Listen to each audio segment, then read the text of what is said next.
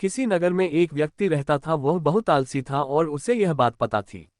एक दिन वह बुद्ध जी के पास आया और दुखी मन से बोला, बुद्ध जी, मैं बहुत आलसी हूँ और अपने आलस्यपन के कारण मुझसे कोई भी कार्य सही समय पर नहीं होता है और नहीं ठीक से कर पाता हूँ।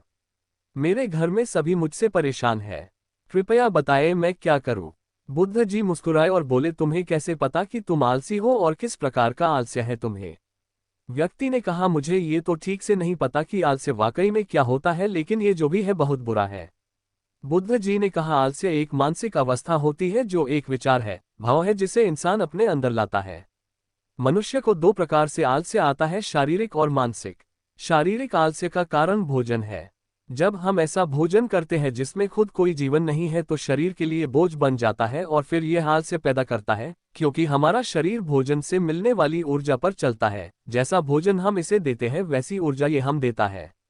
इसलिए आलस्य से बचना चाहते हो तो आराम और आसानी से पचने वाला भोजन करो जो प्राकृतिक रूप से हम मिलता है। शारीरिक स्तर पर ही दूसरा कारण है सही से ना बैठना, सही से ना सोना और सही से ना चलना। बुद्ध जी ने आश्रम के भिक्षुओं की तरफ इशारा किया और कहा, देखो इन भिक्षुओं को ध्यान से देखो, इनके चलने, बैठने और लेटने में संतुलन है।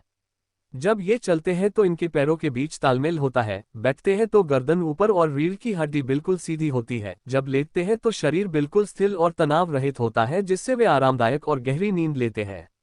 व्यक्ति बोला, क्या पर्याप्त नींद आवश्यक है? बुद्ध बोले, हाँ, ना कम ना अधिक। यदि रात को पर्याप्त नींद नहीं लेते हो तो कल का दिन आलस्य और थकान से भरा होगा। व्यक्ति ने कहा, आपने सच कहा, यह मैंने भी महसूस किया है। बुद्ध बोले, शारीरिक स्तर पर तीसरा कारण है सुबह जल्दी ना उठना। जल्दी तभी उठ पाओगे जब रात को सही समय पर सोगे। इन आश्रम के भिक्षुओं को देखो, इनके रात का सोने का समय निश्चित है, तभी यह सब जल्दी उठते हैं। हर एक भिक्षु का अनुशासन होता है और वही इनके जीवन में संतुलन लाता है। इंसान अनुशासन को एक बंधन समझता है, लेकिन ये सच नहीं है। अनुशासन हमें बांधता नहीं बल्कि आजाद करता है।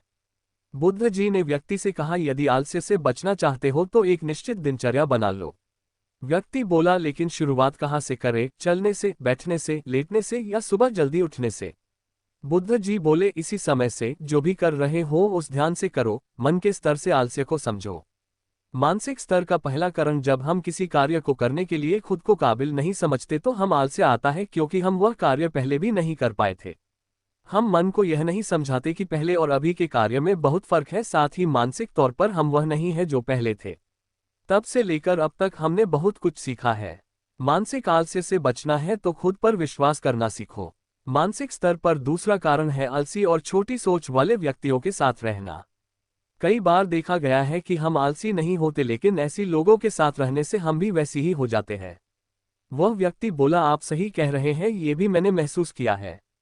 बुद्ध बोले, मानसिक स्तर का तीसरा कारण है काम को टालना।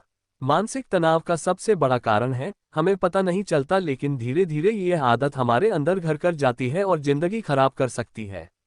इसलिए को कार्य आज कर सकते हैं उस आज ही करो, कल नहीं। बुद्ध ने कहा, मानसिक आलस्य का चौथा कारण है लक्ष्य स्पष्ट न होना। मान लो तुम एक रेगिस्तान में फंसे हो और तुम्हें प्यास लगी है तो क्या करोगे? वह व्यक्ति बोला, मैं पानी ढूंढने के लिए आसपास किसी गांव की तलाश करूंगा। बुद्ध बोले, यदि गांव नहीं मिला तो क्या करोगे?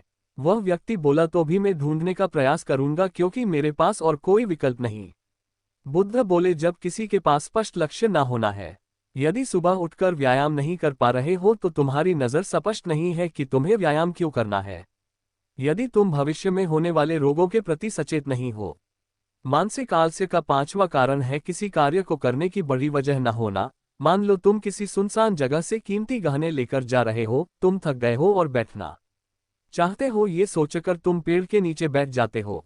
तुम देखते हो कि सामने से कोई डाकू आ रहा है, तो क्या ऐसे में भी तुम्हारा आलस्य तुम्हें भागने से रोकेगा? नहीं, तुम्हारा आलस्य सिर्फ उन्हीं कार्यों को करने से रोकता जिन्हें करने की बड़ी वजह नहीं होती है। बुद्ध ने कहा, मेरी बात ध्यान से सुनो, जहां स्पष्टता है और कार्य करने की बड़ी वजह, वह आलस्य हो ही नहीं सकता।